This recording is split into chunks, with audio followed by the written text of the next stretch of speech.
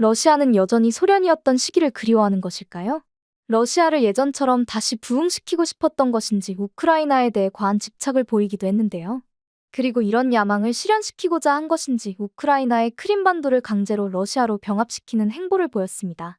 그러더니 뜬금없이 칠러시아 분리주의자들에게 지원을 주기 시작했죠. 지원을 받은 칠러시아 분리주의자들은 어느 순간부터 우크라이나 정부와 무력 충돌을 일으키기 시작했는데요. 우크라이나는 한치 앞도 모르는 위태로운 상황을 맞이하고 있었습니다. 사실 러시아는 우크라이나가 독립된 국가라고 생각하지 않았던 것으로 보이는데요. 9세기경에는 러시아, 우크라이나, 벨라루스가 하나의 민족이었기 때문입니다. 하지만 현재는 엄연히 다른 국가인데 이를 인정하지 않는 것이죠. 우크라이나가 자신의 뜻대로 움직이지 않는다고 생각했는지 러시아는 우크라이나를 삼키려는 움직임을 보이기 시작했는데요. 이런 상황을 알아차린 우크라이나는 나토의 가입을 진행을 서두르기 시작했습니다. 하지만 문제가 있었는데요. 소련이 붕괴되기 직전 독일이 통일되던 당시 독일 외무장관과 미국의 국무장관은 소련의 동의를 얻기 위해 약속을 한 것이 있었습니다. 미국과 서유럽 국가들이 결성한 군사동맹체, 즉 나토를 동유럽으로 확장시키지 않겠다는 것이었는데요. 한마디로 러시아에게 위협이 되는 존재가 되지 않을 테니 안심하라는 뜻이기도 했습니다. 그렇기에 나토 입장에서도 우크라이나를 받아주기 애매한 상황이었는데요. 우크라이나는 자신이 자진해서 가입을 하고자 한 것이니 괜찮을 것이라고 봤던 것 같습니다. 러시아는 쉴 새 없이 우크라이나에게 경고를 보냈는데요.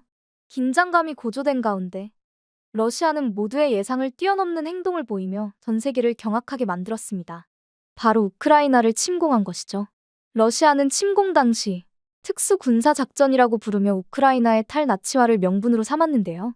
우크라이나 내부에 나치즘이 만연해 있다며 핑계를 댄 것입니다. 하지만 그것을 믿는 나라는 아무도 없었는데요. 그런 핑계를 대기에는 우크라이나의 대통령부터 유대인이기에 맞지 않는 말이었습니다. 더군다나 만약 나치즘이 만연해 있다고 하더라도 그건 국제사회가 함께 나서야 할 문제인 것이지 러시아가 독단적인 선택을 할 일이 아니었습니다. 그러자 우크라이나가 러시아의 안보 위협, 우크라이나 내 자국민 보호 등의 이유를 내세웠는데요. 사실상 그들이 행한 것은 그저 우크라이나에 대한 불법적인 공격에 불과했습니다. 하지만 러시아는 끝까지 자신들에게는 이유가 있었다는 식이었죠. 이에 많은 나라들이 러시아를 외면하는 계기가 되기도 했습니다. 러시아는 우크라이나를 쉽게 삼키고 세력을 키워 서방 국가의 위협이 되고자 하는 움직임을 보였는데요. 하지만 이는 쉬운 일이 아니었습니다. 우크라이나가 쉽게 무너지지 않았기 때문이죠. 2022년 2월 시작된 전쟁은 현재까지도 지속되며 수많은 사상자를 냈는데요. 월스트리트 저널에 따르면 현재까지 사상자는 전체적으로 100만 명이 넘어갈 것으로 보고 있습니다. 양국이 공식 추산치를 발표하지 않거나 축소해 발표한다는 의혹을 받고 있는 상황이라 정확한 사상자 수를 파악하는 것에는 어려움이 있다고 하는데요. 하지만 전쟁으로 인하여 많은 수의 사상자가 일어난 것은 맞다고 보고 있죠. 러시아만 하더라도 사상자의 수만 60만 명이 넘었다고 추산하고 있는 상황입니다. 그리고 이런 상황이 맞는 것인지 러시아는 자신의 국민이 아닌 다른 나라에 손을 벌리게 되었는데요. 그것이 바로 북한인 것입니다. 러시아는 현재 자신에게 협력해줄 나라가 없다는 것을 알고 있었는데요. 러시아와 친밀한 관계를 유지하고 있는 벨라루스는 병력을 투입해주고 싶겠지만 러시아가 요청하지 않았으리라 판단됩니다. 벨라루스에서 병력을 투입하는 순간 서방에서 바로 눈치채고 가만히 있지 않을 것이니 말이죠. 그렇기에 가장 소문이 새어나가지 않을 것이라고 판단한 북한에게 병력을 요구한 것입니다. 무기에 이어 군단까지 달라고 요청한 것이었으나 북한이 그 요청사항을 들어준 것인데요. 이유는 간단합니다. 바로 북한군의 목숨이 돈이 되기 때문인데요. 북한에서 군인들은 약 13만 원의 월급을 받습니다. 러시아군은 현재 외국 용병들에게 최소 약 276만 원의 월급을 주는 것으로 알려졌는데요. 그 외에도 입대를 하자마자 276만 원을 일시금으로 지급한다고 확인되었습니다. UN 조사 보고서에 따르면 해외벌이로 나선 북한 인민의 월급은 50%, 90% 정도가 정부에 의해 강제 징수된다고 밝혔는데요. 이번 참전을 통해 인민들에게 나온 비용도 북한 정부가 가져갔으리라 예측되는 상황입니다. 북한이 러시아에 북한군의 목숨을 팔았다는 말이 이래서 나온 것으로 판단되고 있는데요. 하지만 북한은 파병이 이루어지지 않았다고 잡아떼고 있는 상황입니다. 러시아 또한 북한의 파병 소식은 허위와 과장이 이루어진 가짜뉴스라고 언급했는데요. 마리아 자하로바 러시아 외무부 대변인은 현지 시각 23일 브리핑에서 러시아는 우리 국가와 국민의 안보를 위협할 수 있는 모든 조처에 가혹하게 대응할 것이라고 표현하며 단호한 모습을 보였습니다. 특히 한국을 직설적으로 언급하며 신중하고 상식적으로 판단하라고 위협까지 했는데요. 러시아는 이와 더불어 한국이 서로 다른 정치적, 지정학적인 견해를 가졌음에도 교류 및 협력을 다져왔는데 지금 와서 서방 국가의 도발에 굴복하는 것이냐며 우크라이나의 이야기에 휘둘리지 말 것을 요구했습니다. 화를 내듯이 협박하는 러시아의 모습에 황당함을 금치 못하게 되는데요. 화를 내야 하는 나라는 한국이 아닐까 싶습니다. 러시아가 말해왔듯이 한국은 서로 다른 견해를 가지고 있음에도 러시아와 우호 관계를 맺어왔습니다. 하지만 정작 러시아는 한국과 북한 사이에서 충돌이 발생할 때마다 북한에 옹호를 하고 나섰는데요. 불과 일주 전, 러시아는 북한을 대하는 한국의 태도가 한반도의 안정을 해치고 긴장을 고조시키는 도발적인 행동이라고 표현했습니다. 이와 더불어 한반도에 전쟁이 발발하면 북한의 군사를 지원해주겠다고 나섰는데요. 정작 북한이 한국과의 연결 도로를 폭파하며 긴장 수위를 높였을 때는 그 어떤 성명도 내지 않았습니다. 안정을 해치고 있는 것은 북한인데 러시아는 옹호하기 급급했는데요. 특히 한반도에 전쟁이 발발하면 북한의 군사를 지원하겠다는 말이 의미심장하게 들립니다. 북한이 자신들에게 군사를 보내는 것에 대한 명분을 만들어낸 것으로 보이는데요. 그리고 이는 현실로 확인되었습니다. 미국 국방장관 로이드 오스틴이 이탈리아 로마 방문 중 기자들에게 북한의 병력이 러시아에 있다는 증거가 있다고 밝힌 것인데요. 미국 정부의 고위 당국자가 북한의 파병을 인정한 것은 처음이기에 들썩일 수밖에 없는 일이었습니다. 더군다나 한국 국가정보원이 북한국의 파병을 발표한 지 닷새 만에 공식적인 입장을 표명한 만큼 파급력이 컸는데요. 자체적인 평가를 거쳐야 한다는 신중한 입장을 보였던 만큼 확실한 증거를 확인한 것으로 예측되었습니다. 오스틴 장관의 발언 2시간 뒤, 나토에서도 북한의 러시아군 파병 증거를 확인했다고 밝혔는데요. 뒤이어 미국 백악관 국가안보소통보관 존 커비 또한 이제 밝힐 준비가 됐다면서 북한군의 러시아 파병을 공식적으로 확인했음을 알렸습니다. 북한에서 10월 초순에서 중순 사이 적어도 3,000명의 병력을 러시아 동부로 이동시키는 장면을 확인했다고 밝힌 것인데요.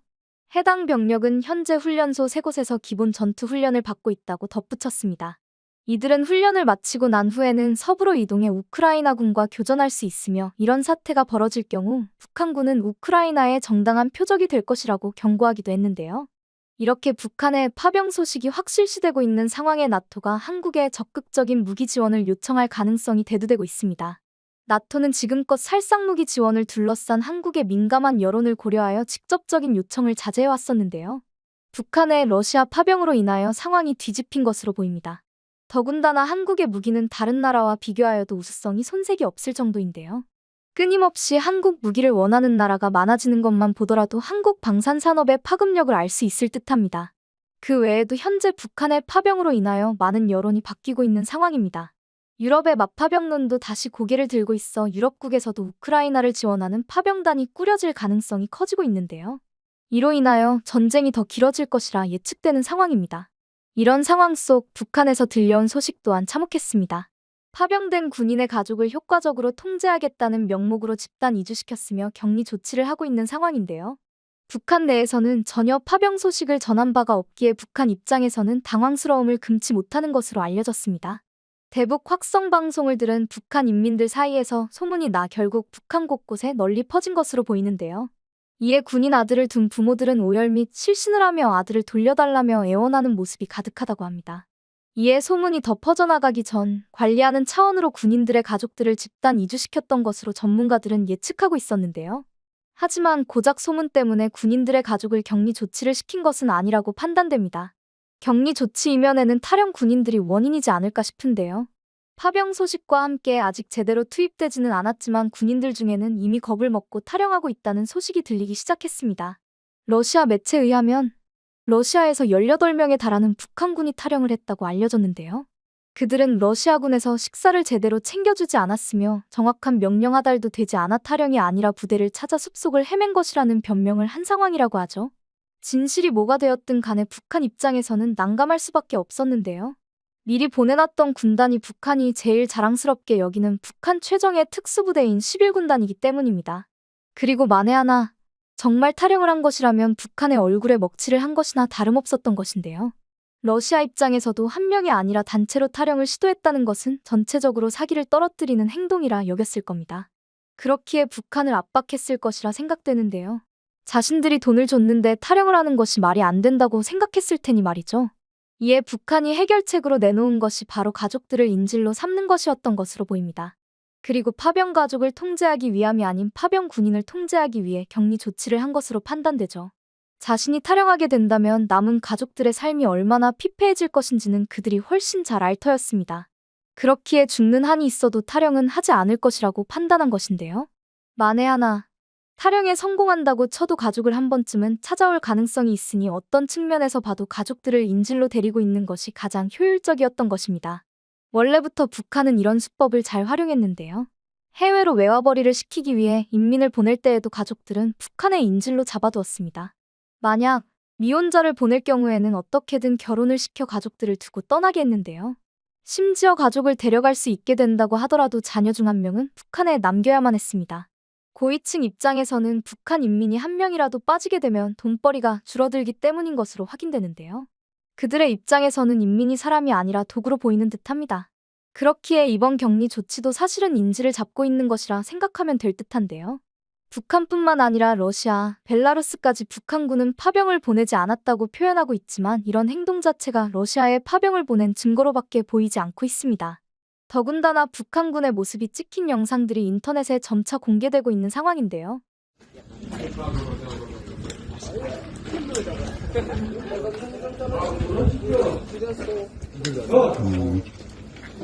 심지어 러시아 측 중국 용병의 SNS에 따르면 북한 군인들이 이미 배치되었으며 첫날 전투에만 8명의 장교가 사망했다고 밝혔는데요. 그는 북한군이 사나울 줄 알았으나 참전하자마자 사라졌다는 말을 남기기도 했습니다. 해당 말의 의미는 북한군의 능력이 낮다며 조롱하는 것으로 알려졌는데요. 그는 특히 전사자에 대한 예우가 러시아군이 좋지 않다며 신이 북한으로 인계되는 일은 없을 것이라 암시하기도 했습니다. 말 그대로 그들은 개죽음을 당한 것인데요. 이런 상황이 발생한 것은 북한 정부가 인민들을 하나의 도구로밖에 보지 않기 때문이라 여겨집니다. 이런 상황들이 탈북을 부추겨 결국에는 북한 체제를 망하게 하는 지름길이라는 것을 그들은 정말 모르는 것일까요? 정부는 이에 우크라이나의 모니터링단 파견을 검토하고 있는 상황인데요. 전장에 투입된 북한군이 포로로 잡히거나 탈출하게 되면 이들을 신문할 수 있는 요원을 투입하기로 한 것입니다. 주로 정보사령부 등 정보 분야에서 북한 관련 업무에 종사해온 인원들을 우선적으로 고려할 것으로 보고 있는데요. 이에 따라 북한군 또한 포섭될 수 있는 상황이 만들어질 것이라 판단하고 있는 상황입니다. 사실 이런 상황은 북한 입장에서는 그다지 좋은 상황이 아닌데요. 북한의 어떤 병사가 포로로 잡힐지 알 수 없는 상황입니다. 대부분 탈북을 원하는 병사들이 많은 관계로 모니터링단이 우크라이나에 파견된다는 소식은 당황스러울 수밖에 없는데요. 올해만 하더라도 총 181명의 탈북민이 한국에 입국했으며 갈수록 그 인원이 늘어나고 있는 상황입니다. 1분기만 하더라도 43명에 불과했던 숫자가 3분기에는 76명으로 늘어난 것인데요. 일각에서는 앞서 탈북민이 늘어나는 상황을 고려하여 러시아 파병이 오히려 기회라고 생각한 북한군이 대규모 탈북이 일어날 수 있다고 보고 있습니다. 이런 상황이 벌어질 경우 북한군이 철수할 가능성도 있다며 기대를 걸고 있는데요. 무너질 일만 남은 북한이라 북한군을 철수할 것인지는 미지수인 상황입니다. 탈북할 가능성을 보고도 대규모 파병을 보낸 북한의 최후가 어떻게 될지 관심이 집중되는 상황인데요. 이번 일로 인하여 한국과 북한의 관계도 굉장히 달라질 것이라 예측되고 있습니다. 러시아에게 얼마나 많은 것들을 받게 되었길래 파병을 돕기로 한 것인지 궁금해지네요. 벌써 사상자가 나왔다는 소식이 들리는 만큼 앞으로 더 참담한 소식이 들릴 것으로 예상되는데요. 이런 체제 속에서 과연 북한 인민들은 어떤 선택을 하게 될 것인지 관심이 쏟아지는 상황입니다.